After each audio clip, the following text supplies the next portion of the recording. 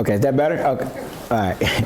I am Paul Parker, and this is building positive relationships through team building. So, I just want to make sure I give you all that to make sure you're in the right place. We're going to be doing some team building activities. So we will be doing a little bit of moving around.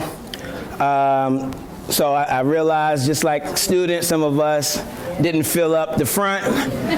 That's fine. I'm a guy who likes to move around, so I'll have proximity. I'll put my hand on people's shoulders that might be talking a little bit too much. I didn't mean to scare anyone. Dang, I shouldn't have talked about having to do activities before we got started. I am a 25-year vet in education. I started my career in Washington, D.C. As a long-term sub with one of the toughest sixth grade assignments you could ever have. I went into a classroom that was already truly chaotic, and the teacher was out on leave, and then actually this teacher passed away. So I ended up adopting this class.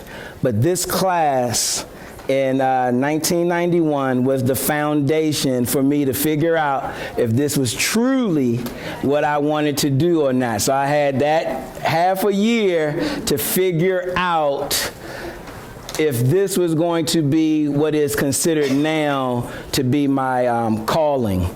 I've taught kindergarten for 8 years. I have looped with my kindergarten classes maybe 3 or 4 times.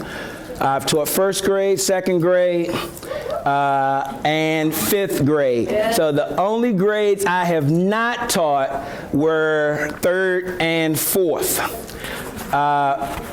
You could not have told me that anything was going to be better than teaching kindergarten. I loved it. It was the greatest thing for me.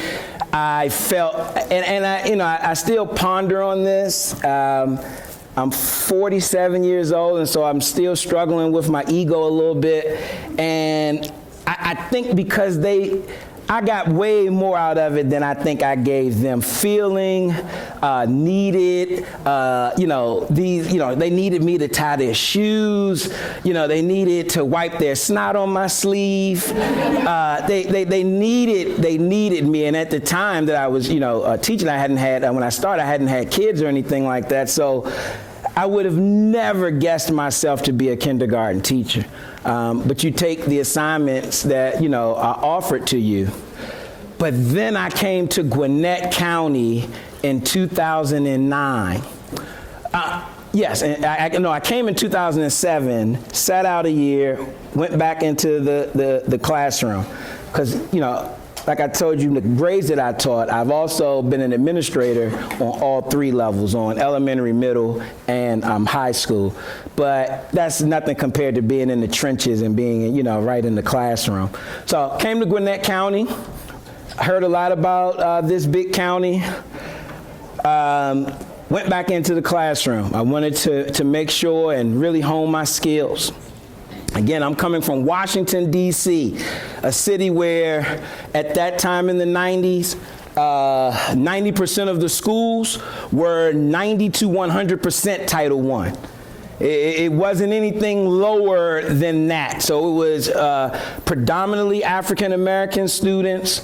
My whole years there, I never had any other ethnicities that I taught, unfortunately. And I say unfortunately, definitely because when I came to Gwinnett, it was very different for me. I came and I was at a very challenging school for Gwinnett County. The school that I was at had a 85%, it was an 85% Title I school. For most of you, or you don't know, Title I is schools that have a number of, any school that has 50% or more of their students receiving free or reduced lunch is a Title I school.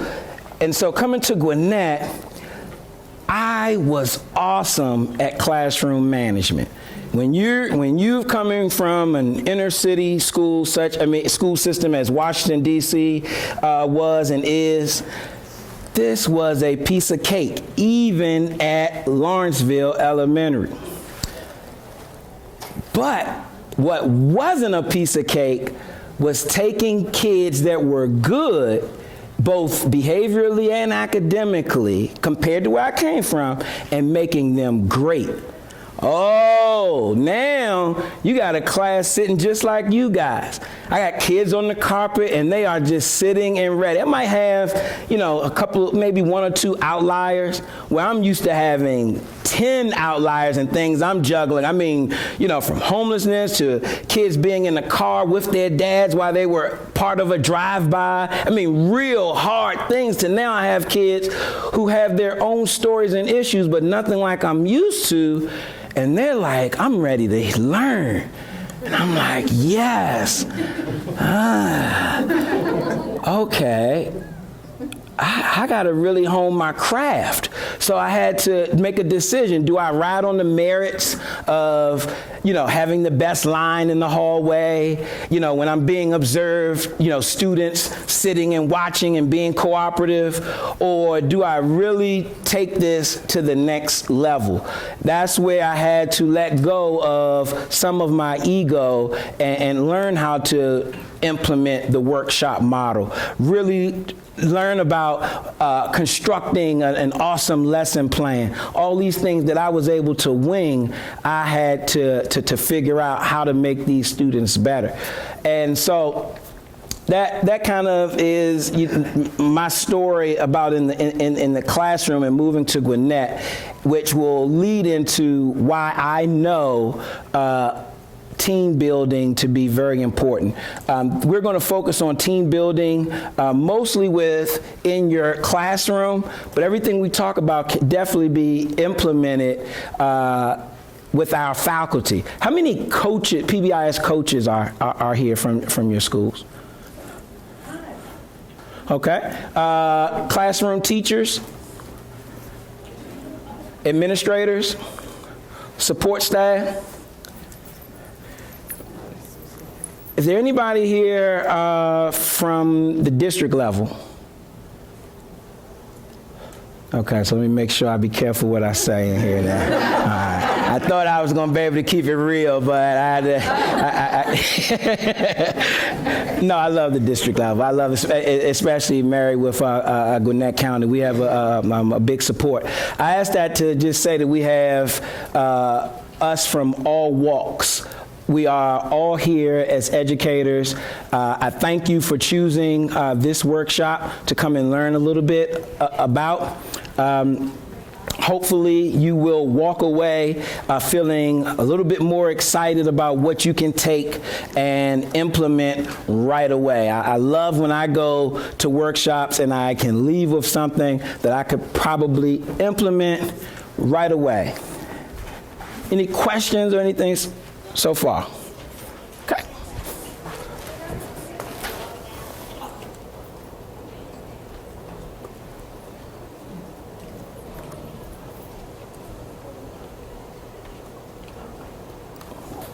Now, I don't know, everybody else has had a clicker in workshops I've gone in, but I don't have a clicker.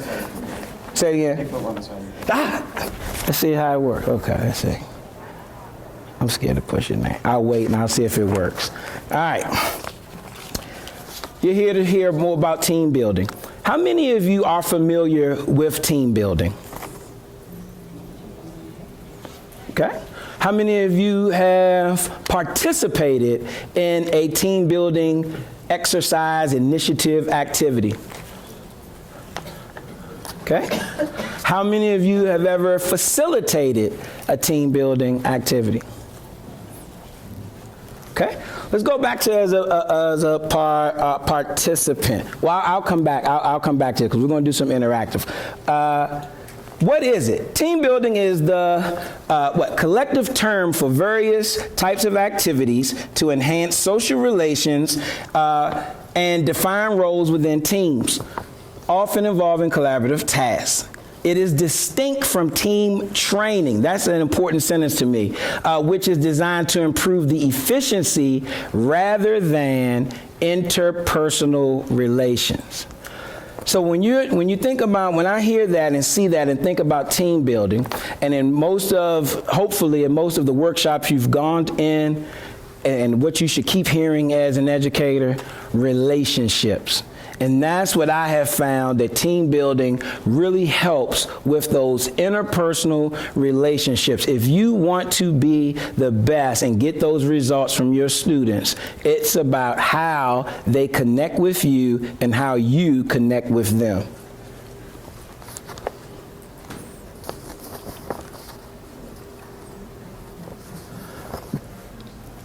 Ten benefits of incorporating team building into your daily classroom routines. I want you to look at that 10. I want you to read it over.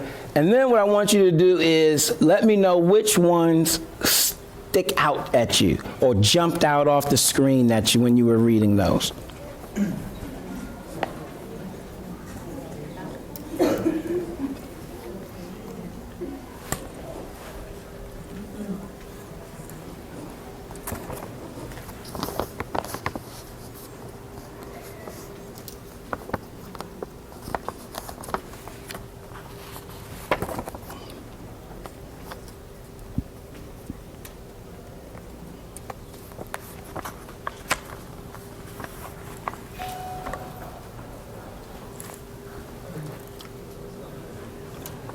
Would anyone like to share which one jumped out at them? The bottom, where it says you can discover more about a person in an hour of play than in a year of conversation. Why? What struck you about that? Just, it's so true in a way, just because you're free and you're not on guard when you're playing and you're open. But in conversation sometimes, depending on who you're speaking to or what you're talking about, you're not listening because you're doing more output. So that kind of struck me. What's your name? Maya Jinks. Maya, I remember you on our tour yesterday. Maya, thanks for coming and participating. Thank you. Yep, that's up for a raffle. All right. Oh, don't forget, this is PBIS. I mean, we got specific.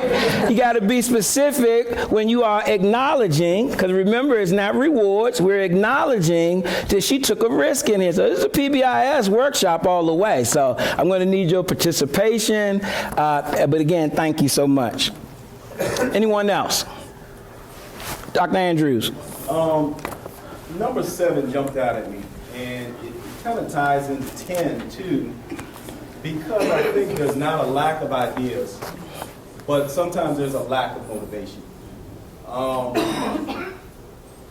I've been on teams, about 3 PBIS teams, and you had your go-getters, but when it's time to get it done, you have to get it done.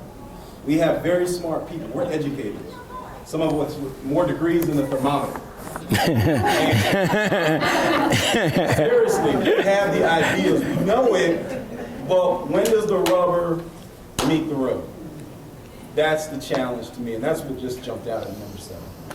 Thanks, Doc. Anyone else? Yes, sir. I'd say number 2, improve morale.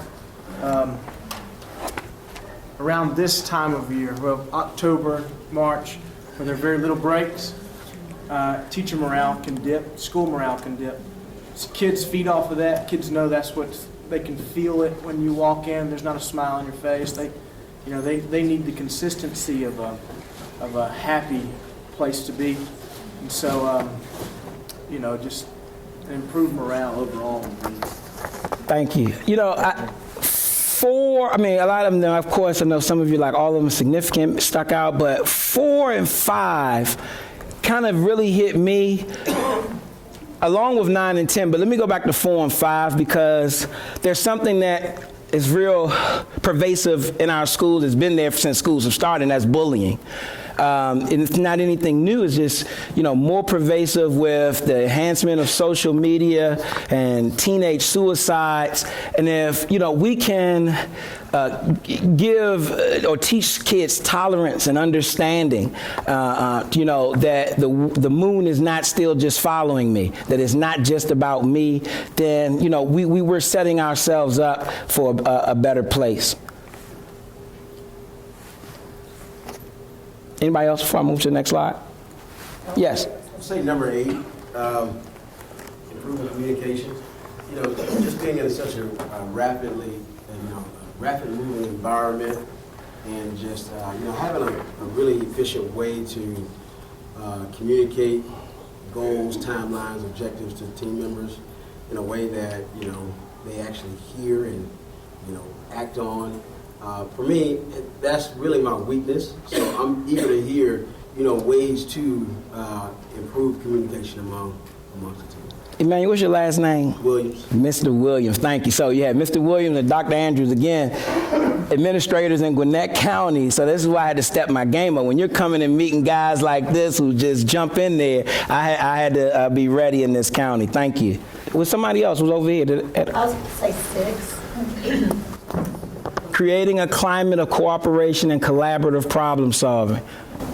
And I'm working with a robotics team right now, and that's just a really tough thing for kids. They don't take a risk. They don't step out there and throw their ideas out there and work together. It's either I did this or you did that, and it's I think it's encouraging to see kids working together and learning how to do that. Thank you. Thanks for sharing. Team building within the framework of PBIS requires the teacher/facilitator to put just as much effort into social growth as academic growth. Do you believe that that's important? Do you believe that that's a factual statement in your life as a teacher?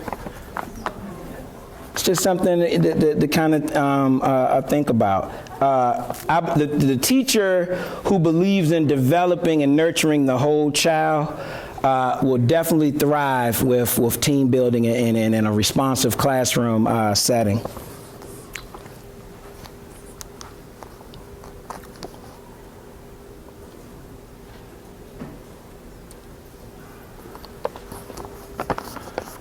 Team building helps us know the children we teach individually, culturally, developmentally, which is as important as knowing the content we teach. So some of us, and of course I'm preaching to the choir, but we can think about our colleagues. And I think I even shared this with 2 coaches over there, that there are some people who are really thorough in content. They're really thorough in content, but struggle with relating to students. That struggle with relating to students disengages students from the person, and once they're disengaged from the person, they can never receive the content. I and many of you are kind of the opposite. Well, I won't say many of you. I shared that, as a classroom teacher, I was okay at lesson planning. I was okay at my delivery, but my test scores were always at the top. And I'm talking about when I came to Gwinnett. And what we gave that sense to was that because of the relationship I had with my students, they knew, or they wanted to please me. They wanted me to get high ratings. They wanted, because I gave and poured so much into them and building that rapport and those relationships as a class and with individuals, that they went that extra mile. They worked that much harder. So it wasn't that I was, and if you guys on elementary level, which, just imagine if you taught one subject. I always give the middle school and high school teachers the blues. You only have to focus on one subject. Yeah, you might have 120 kids, but I'll take that over having to be a master at 6 different subject levels. So that's what you have to do as an elementary school teacher. So be realistic. You're not going to be that thorough in all of the content. So how do you make up for that? How do you make sure that the kids are getting everything they need academically to be at their best, as well as socially? We should be building whole children to become whole adults. I have a clip I want to share with you. It comes from the movie Remember the Titans. If any of you familiar with that movie, Remember the Titans? Remember the Titans. Great movie. Has a lot of team building in it, a lot of leadership. Just a brief, it's about a high school that's from my town. It's in the Washington metro area. And it was in the late 60s when this particular school was just becoming integrated, and this football coach had a team of segregated players trying to make them integrate and become one. And if you haven't seen it, it's really a dynamic movie. Denzel Washington, so that might prompt some of you to go see it. He is the lead in this movie. So I'm going to play a little clip from that.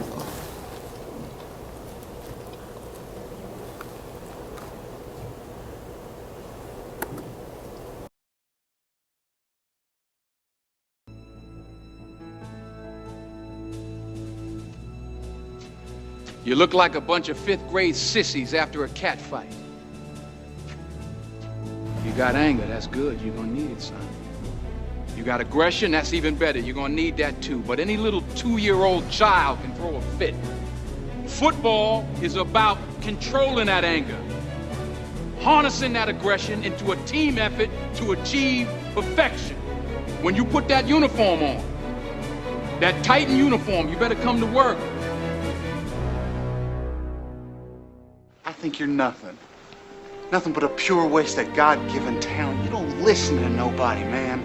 You can't run over everybody in this league. And every time you do, you leave one of your teammates hanging out to dry. What was that, Ray?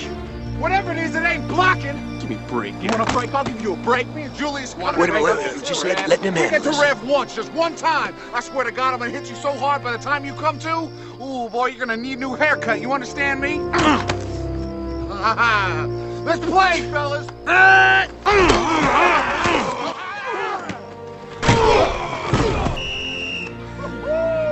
all right, Big Petey? You all right? You really stuck him, Campbell. Yeah, I love me. Little contact, Petey. This is left side. Strong side. Left side. Strong side. Left side. Strong side. Left side. Left side.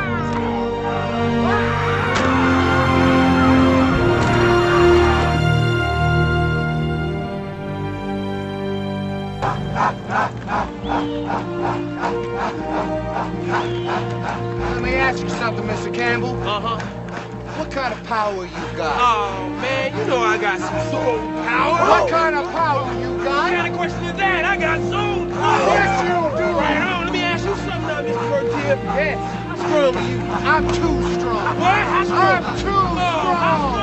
Too strong. Right on. I want a victory. Oh, I want a victory. I want a victory. I want a victory. You want victory?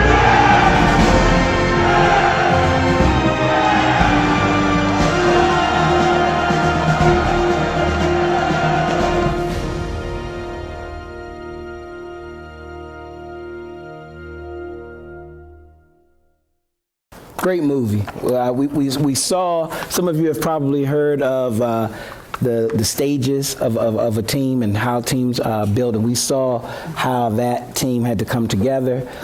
Some of us maybe have had situations where a team wasn't functioning very well, and by the end of the school year, you guys were jumping and satisfied how you had come together. But sometimes it takes what's called storming, going through that tough period, having those tough but honest conversations with one another that I have found. I've probably been, 25? I've been in probably, I think, 6-7 schools. And the schools where the culture of team and family and being honest with one another, of course, those were the schools that thrived the best. And those weren't always the schools that had the highest academic pour out because of a lot of other external or whatever factors. But we were very cohesive, and we set goals, and we made those goals through developing and becoming a team, just like you will be able to do with your students or with your faculty.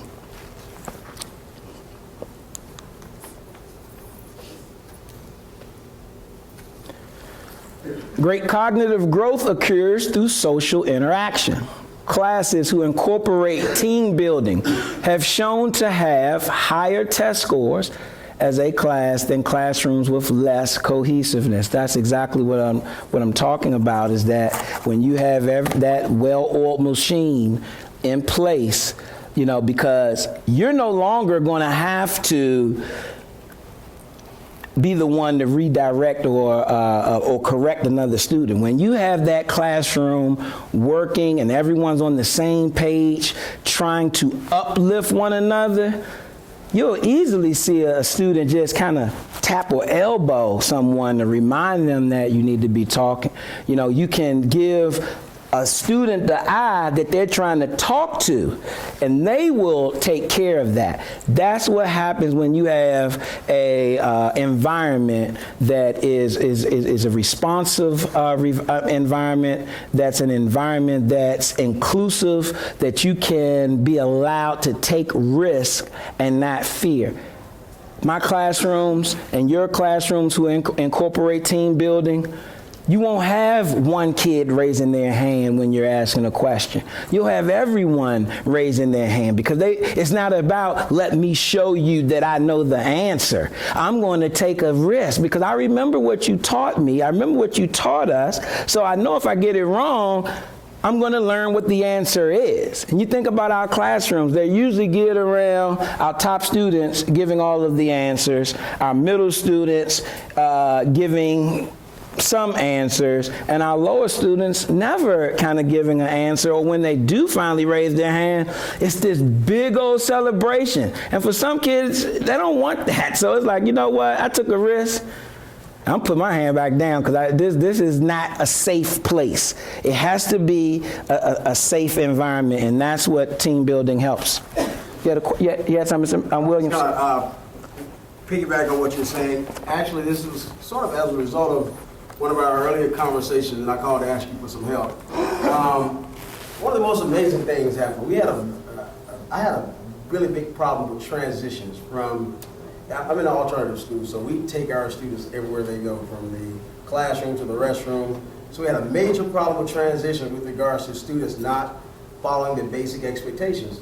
So one day after the conversation, we decided to put in place team leaders. So there are students that were in charge of specific pods. So if we had 20 kids going to the restroom, we would have 3 team leaders. And before we went to the restroom, we would really teach them what it takes to be a leader of their particular pod. And at this point, now when we go to the restroom, instead of me fighting the battles, saying, hey, get back in line, or here's the expectation, there's 0 words from this end. And those students that are the team leaders and the team that they really lead, they handle themselves. So what you just said there, that really jumps out as being an absolute truth for me, because I've actually experienced it.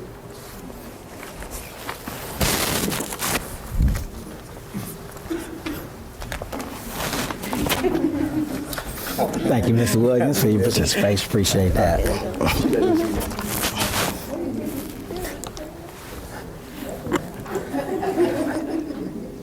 Are you guys familiar with eMaze, or is this awesome? Somebody just turned me on to this, and so I don't know if you guys have ever used, but this is called eMaze for presentation. So I'm kind of caught up. Again, that's my ego jumping out again, so let me put it back in. All right.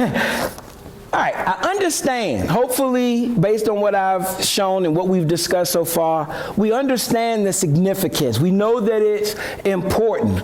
But then the questions are, how do I do it? What will it look like in my class? Some of us are sitting there, as I've sat as a participant, and saying, I'll try it next year because my class I have this year, this is not going to work. We're too far gone. As this gentleman said, it's, get ready going to the holidays. This that rough stretch. This is actually the best time. It doesn't have to be the beginning of the year or wait till January. Jump in now.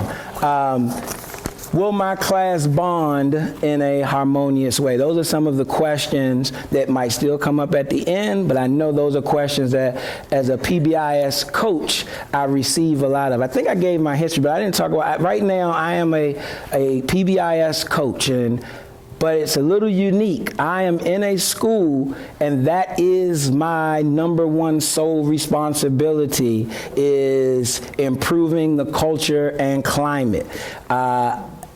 That's my number one job. So I'm like a liaison between the administration and the teachers. But it's a very, again, unique position at Gwinnett County. It's only one other, and that's the school where I left. They kept it going there. But it is very instrumental because, again, I'm not evaluating teachers. So when I come in, it's not a threat. Nothing is going on their record. I'm really there to coach.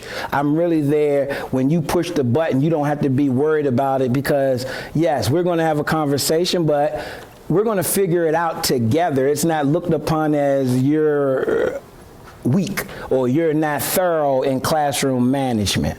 So I really enjoy my position. I have a great tech team who have come and volunteered to film me so that we can have this for our school. So I really do appreciate you guys' participation. And so with that, it's time to get to the fun part. Because I've seen a couple of people say, okay, I cannot wait to see him hula hoop. But that's not going to happen.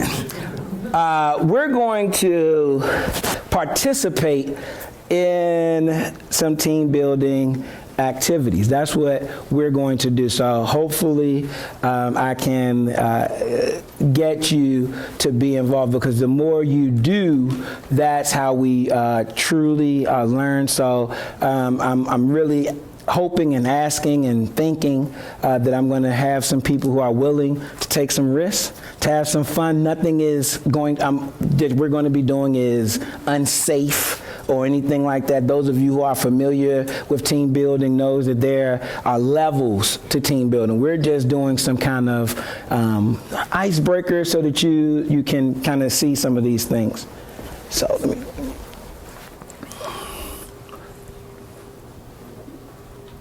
Oh, yeah, but before we start, I still have more to this, I'm sorry. Class meetings. Again, as I told you guys, I taught kindergarten for 8 years. When I became a kindergarten teacher in 1992 in Washington, D.C., there was a big movement around the responsive classroom. I don't know if any of you are veterans like myself, but with the responsive classroom, it was all about giving students an opportunity to talk about not just their academic needs, but really helping them to be able to communicate, discuss their social needs, helping to get them prepared for life. And again, that starts, in pre-K. I mean, actually, of course, we know it starts prenatal, but it's, pre-K and K. So I wanted to give you an opportunity to see a little bit about part of the responsive classroom was a class meeting. Every day, my students were in circle, knowing how to greet one another and share something important that was affecting them, either negatively or positively. So you're going to see an example of a class meeting. And again, I've only taught elementary, but I've helped instrument things even on the middle school and high school level. So because this video is showing some fifth, I think it's elementary. I'm not remember what grade level. I've done this all the way through seniors. So this is class meetings are done the whole gamut.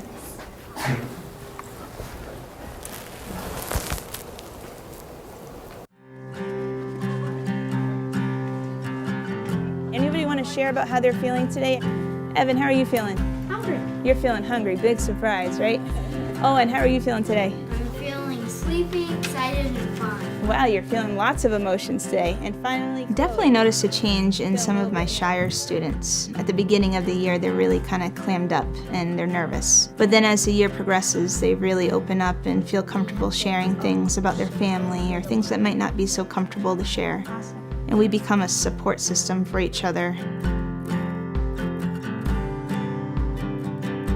No matter what kind of morning they had at home, they're going to come into my classroom, they're going to sit in a circle and be with their friends. Just having that kind of clear structure and expectation just puts them at ease. Chloe, I hope you have a great time. In order to get any kid to learn, they really have to feel safe, they have to feel respected. Without that, you're not going to accomplish much academically. The greeting part of morning meeting, it really changes day to day.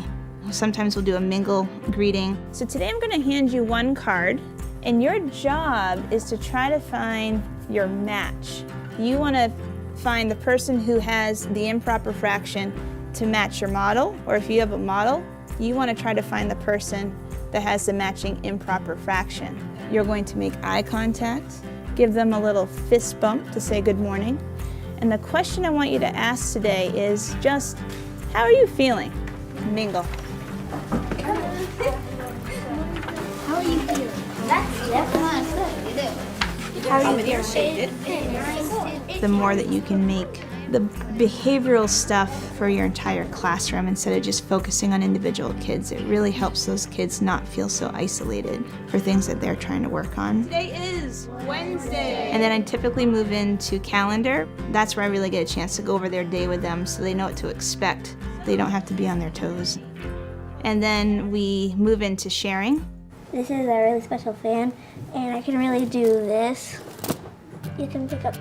Some parts of morning meeting may be longer in certain grade levels, but every morning meeting really has the same structure to it. Good morning, Harrison. Good morning, Elliot. Hope you have an amazing day. Thank you, you too. I hope you have a stellar day. Good morning, Jason. Good morning, Mia. Hope you have an extraordinary day. Hope you have a great day. Thanks, you too. A lot of times we'll include some sort of a question with our greeting, and so the kids are sharing a piece of themselves. They want to be heard, they want to be seen, they want to make those connections with each other. If you could go to any state in the U.S., which state would you go to? Probably Alaska, because they have a lot of cool fish there. I would probably go to Hawaii because I like flowers. And then finally, and probably the most famous part of morning meeting, is the activity. We tend to work a lot on teamwork. It's important that we always know how to be kind to each other, how to work together. We're going to try our best to work together as a team so that we can maybe exceed our goal of 19. In the teacher role, you're also making sure that the kids understand if the tower falls, how can we support the person who's putting that block on? 19 blocks, excellent. Okay. This is a safe zone. Audience is nice and quiet. If the blocks fall, life will go on. We will be okay. Oh, that's okay, that's okay. We try to include some leadership activities and group challenges with the fifth graders. So we try to raise it up a level to think about how are they communicating with each other? How are they solving problems as a group? With Group Juggle, we're trying to safely get our birds to each other and not touch the ground. What's your strategy, Mia? Sometimes, if you say their name, it helps them to tune in a little if you're about to throw to them. And Calvin, what do you think? If somebody misses, don't start laughing because it kind of gets you all wound up. All right, here we go. It builds as they get older and older. They're more comfortable with it. It helps them with public speaking. They're not stressed out about sharing their ideas when they're right here in the classroom. I love it. I can see right away by looking around my circle who's in a good space, who's not. So I really use that information to help the kids be ready to learn. We hold each other accountable. If I'm going to listen to what you're sharing in the morning, you're going to listen to what I'm sharing. We're going to do it in a respectful way, in a caring way. And that respect carries out throughout the school and also out onto the playground and ideally out into their community.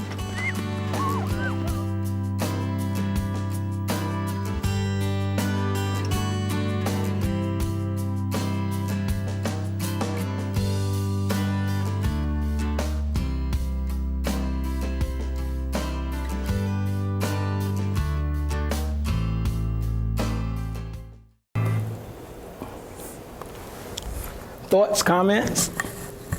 Have any of you implemented or used class meetings?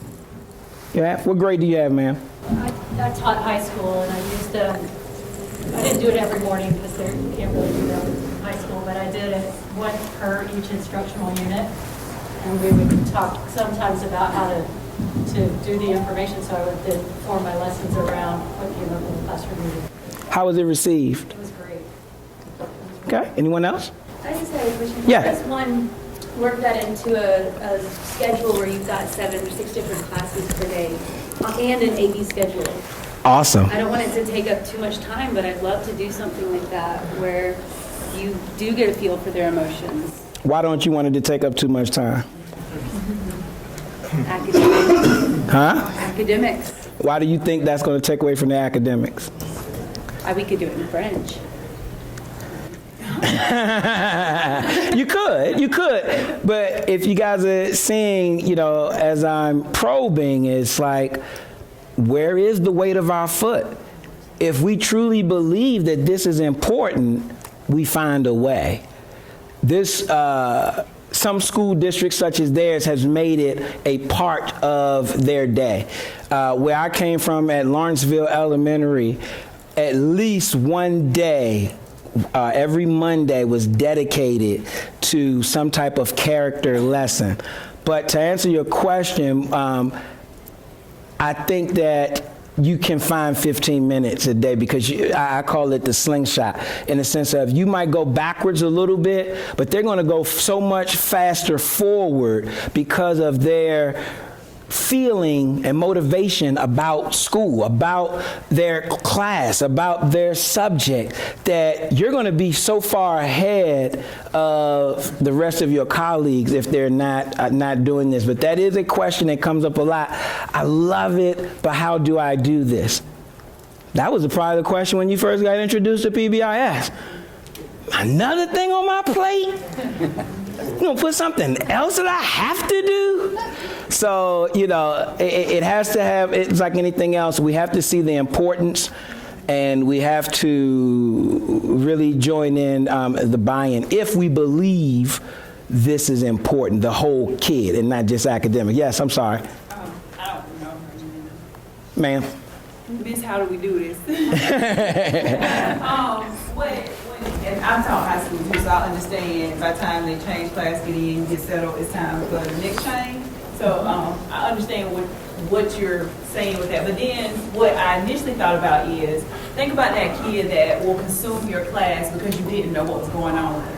And if you may have taken 5 minutes at the beginning of class, it doesn't have to be as long as this, and it could be a way that everyone communicates at one time, where there's some type of electronic response system you create, or like the whole snowball fight thing, if somebody picks up somebody's, and if you identify something that needs to be shared, to be shared. But if they could get that out at the beginning, you could maximize the academic component because you gave them that little bit of outlet. That's what immediately came to my mind whenever I saw it. Definitely. Look at Bibb County showing off over there. That's what I'm talking about. Good job. Thank you for sharing that. Anybody else have any thoughts or suggestions? I mean, that's what we're here to do, bounce ideas off, what has worked. Yes, sir. I teach 7th grade, and we have had a team meeting in the sense that we have gotten all 120 of our kids in our big science classroom after like a hallway behavior expectation has been set. And, we critique what's going wrong, what's going well. The administration has come in, but I think that after watching it, I think maybe there's like some downward movement that needs to happen. Maybe individually we have it, so then that maybe when we come together as a whole team, it might be a little bit more beneficial, because kids really don't know like how to critique themselves, or there's like a lack of a little bit of awareness maybe due to not practicing it. Thanks for sharing that. Gwinnett County started PBIS, and most places started PBIS as a reactive measure. It was started as a reactive measure to how do we get these, how do we get schools from, stopping the write and reads referrals? How do we lower the suspension rate? How do we get kids from being paneled? All of those are reactive. You had that class meeting based on, it was a reaction to what happened. a class meeting that's done every day, as you were saying and thinking, is proactive. If we're putting that in place, then we're going to have less of those situations on a whole group, because again, the kids, if I keep sharing, and I learn about Dave here, and he's poured something out, and I've learned more about him. It's gonna, my compassion level is gonna be a lot different. I'm not gonna be afraid to hold him accountable when I start to see him, going off task. And again, I've seen it from kindergartners, all the way through high school. So of course, I'm selling this, but I've done it in my classroom. So it's not like a thing I don't know anything about. I've seen successes with this. All right. Now, I need 10 volunteers. Wow, this is awesome. If you could just come right up here. Yes, please. 1, 2, 3, 4, 5, 6, 7, 8. Yes, ma'am. 9 and 10.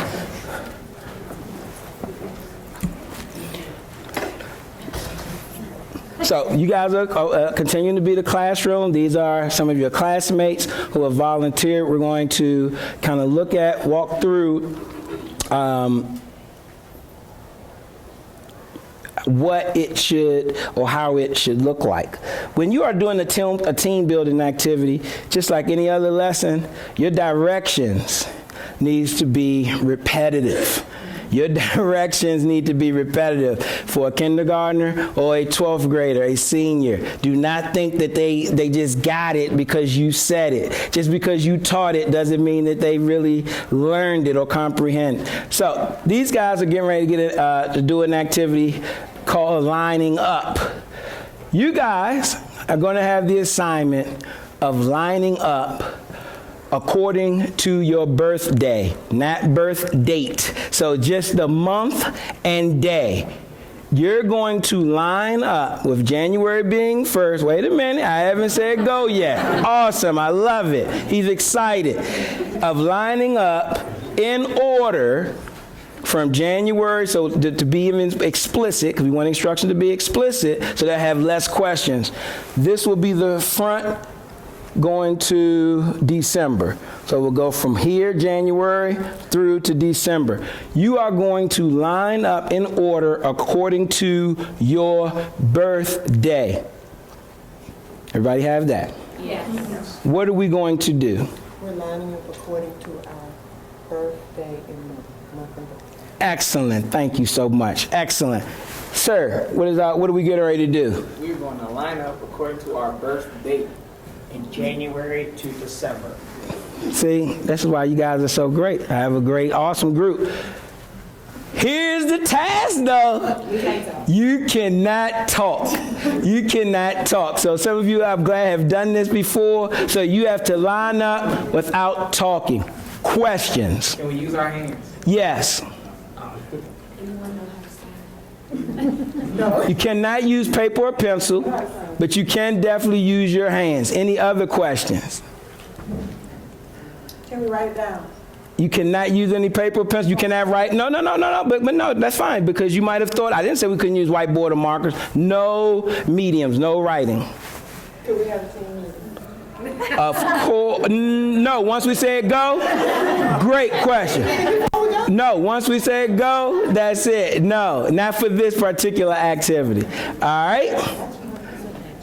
So again, I gave explicit directions, and then went and asked a couple of students, can they repeat back what the instructions were? Again, this is just good practice. This is just good practice for us as teachers, making sure that we do that. All right? Begin.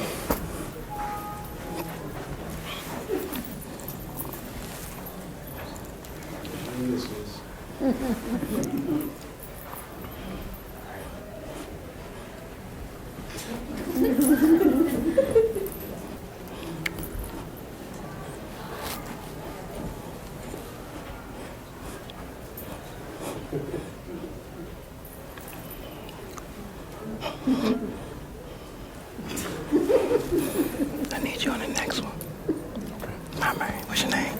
Adrian. Thanks, Adrian. Putting you on the spot like that. Thanks, buddy.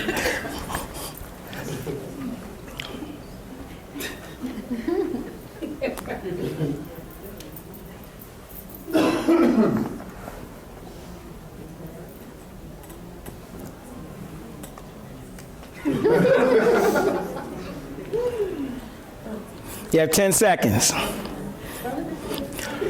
Countdown, class. 10, 9, 8, 7, 6, 5, 4, 3, 2, 1. All right, let's go. January 26th. January 31st, May 15th, July 6th. July 8th. July 27th. December 3rd. Keep going. December 11th. December 19th, Christmas Day. Yay!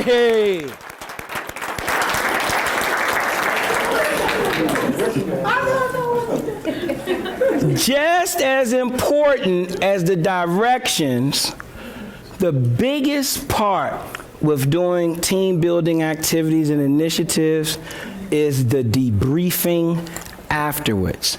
This is when you are having open-ended questions to see what they got out of it, what were their strengths, what did they struggle with, what was difficult. That is what I found the most important part. So with that, I will say, besides the obvious, what were some of the challenges? We were trying to figure out, we had the right month, we were trying to figure out where the date was. Because I was going 10 plus 1, trying to get 11, and she was still. So communicating, Yeah. how to communicate without your natural mode of communication. And then some people have different ways of how they're communicating the date too. So like, I may just focus on the month, but he's adding, and I'm giving you the, you know, how the numbers, how they naturally are. So we just have different ways of how we're getting it across. Tolerance too, because I could have got frustrated. Could've. If could've, I hate to see when you do get frustrated. If that was a could've. So tolerating difficult situations when you can't understand. So just imagine our good old 13-year-olds in the middle school, how that would look for them getting frustrated, especially a girl and a boy. You know, so that's the excitement. Again, it doesn't look like the filmed version when you're beginning things, you know, because again, it's trial and error, it's risk taking. You let them have fun with it, though. A lot of it comes with how they were jumping in and interacting. So, thank you, guys. Give them a hand. Hey, y'all.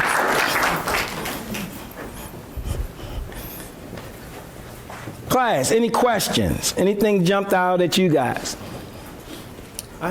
Yes, sir. Did you two know each other before? No. You notice how they would have never interacted that way if they weren't together doing this. They would have left here not knowing each other, probably never talking again. It's neat how, you know, a 3-minute activity can bring people together, even that, you know, may not have anything in common. They just found a commonality in a game. Thanks for sharing that. We talked to you about at the very beginning, when she was saying number 10.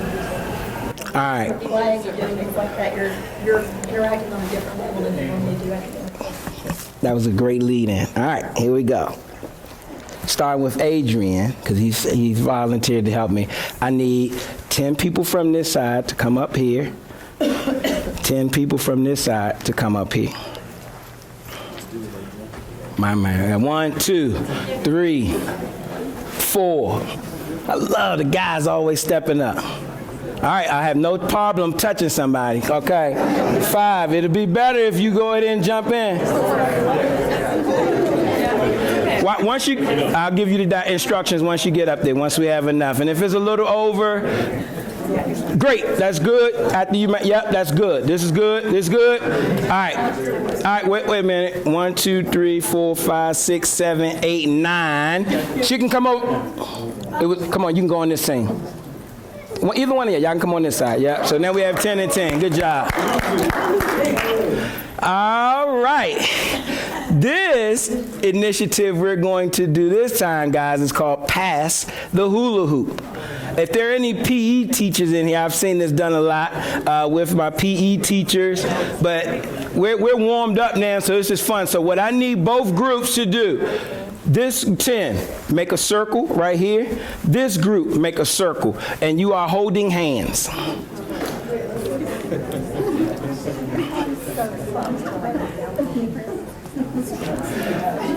You both are going to have the task of passing this hula hoop around the circle. You're going to pass this hula hoop around the circle without letting go. Open up, reclose. Open up, reclose. You look at where it's starting, and the object is to get the hula hoop all the way around the circle without breaking arms. Questions?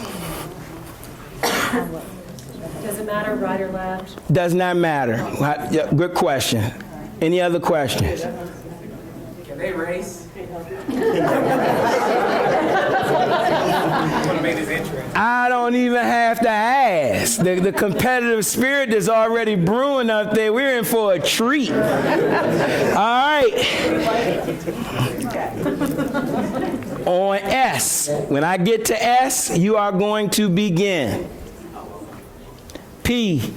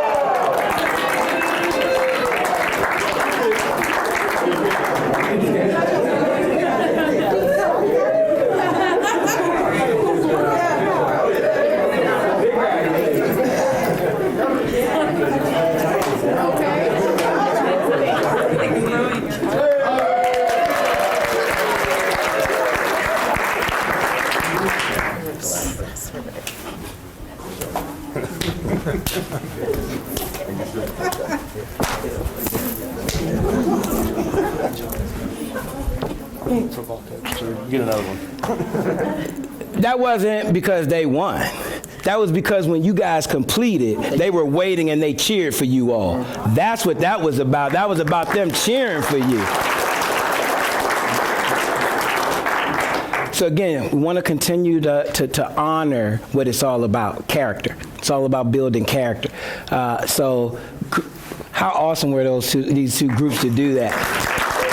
Now, the next time I would have them, because we're going to do something real fun, the next time I would have done is say, okay, now you have a pattern. You know how to help one another. Like when we saw the first situation, you weren't sure if you could help her or not. And then this gentleman kind of reached over and was showing you figured it out. And that's we want them to figure out how to problem solve. There's so many lessons that go into team building. They figured out how to solve. They did a little bit of talking beforehand, which is great.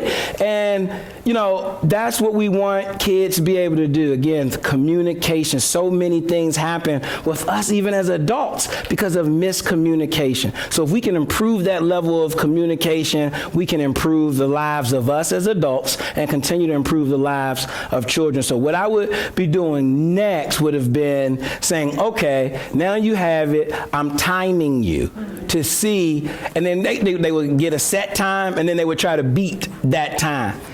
Again, this activity, let's say 15, 20 minutes, even if it's just a brain break in the middle of the day, just imagine how exciting that is, And so, again, I get a lot out of it watching kids grow because, again, the biggest part, would be now the debriefing. what did you get out of this activity? What was difficult for you? Where did you get frustrated? When did you want to smack your teammate because you were so mad that they couldn't get it around? Why did you think that how bad did you want to beat the other team? What does that say about your competitive spirit or how you feel about losing? There's so many lessons and discussions that go on in the debriefing of an activity. All right, so simply because I have these groups, y'all get ready to witness something great. I'm gonna keep you guys up here since we don't have that much time.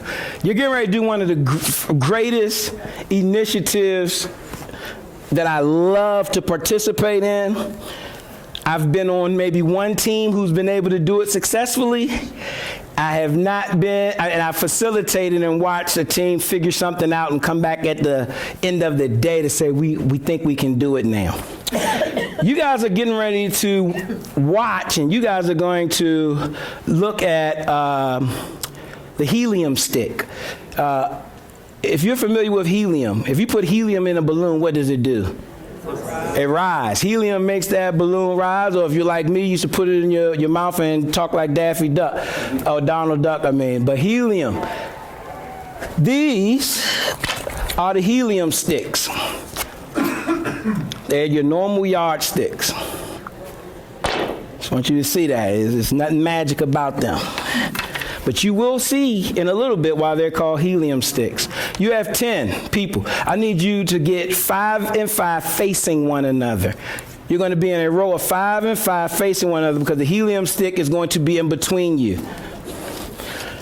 Oh, good point. In a line, 5 facing 5.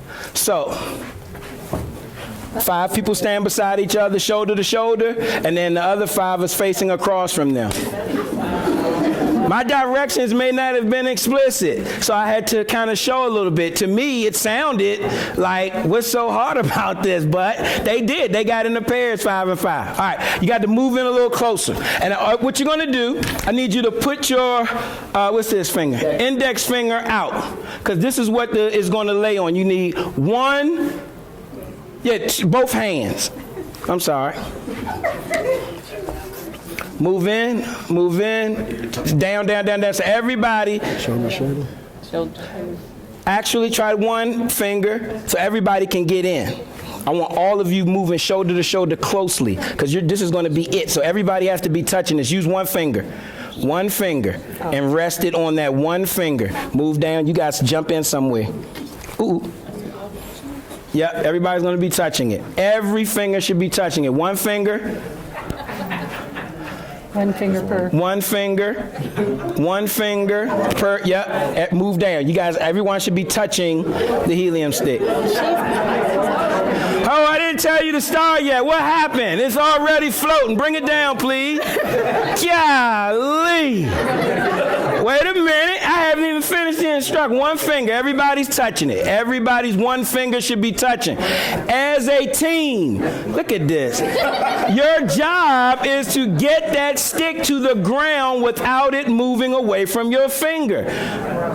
You have to lower.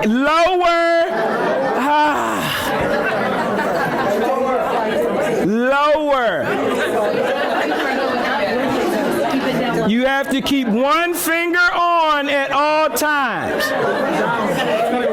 The object to get it down to the ground.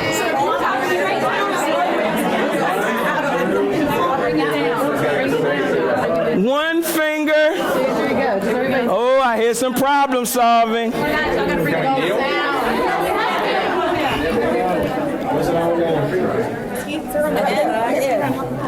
None on top. None on top. Always have to be under the bottom.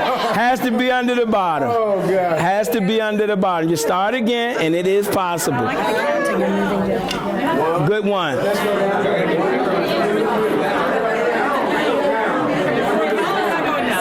everybody go down in the inch. Are you going? 1, 2, 3.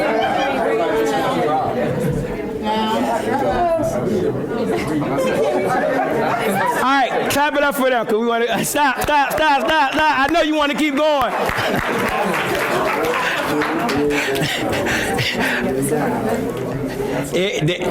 Your students who just, no matter what you say, they're going to keep it going. Awesome. Give them another hand, please. Thank you guys so much.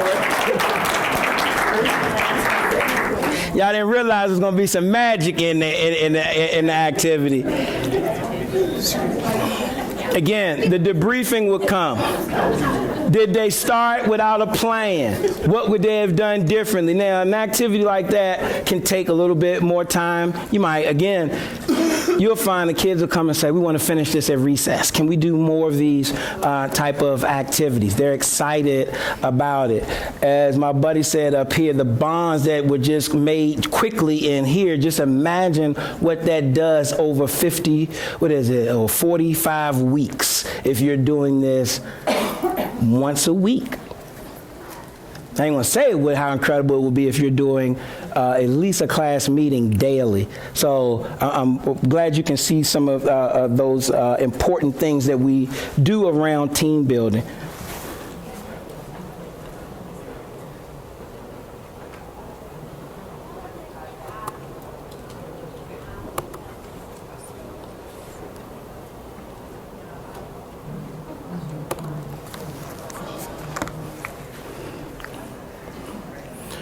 Just giving you this again, the basics. Know your purpose for specific initiatives. Why are you doing this? What is the purpose behind it? What did your class need to work on? Or what do you want to focus on moving forward? Read and understand the directions of the activities yourself first. You want to be pretty thorough in it yourself first. Not necessarily that you've done it, but that you got a pretty good understanding.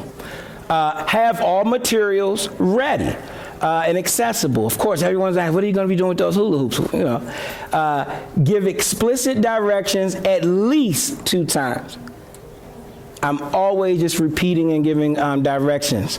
Ask for understanding and questions, and debrief after every initiative. That's very important, to debrief after every initiative. These are 2 great websites that have team building material there. Teach Me Teamwork and Wilderdome. I get a lot of things from there. But I also have, Ella, when I dismiss, can you make sure everyone gets, I've made a packet of team building games for you guys to get on your way out.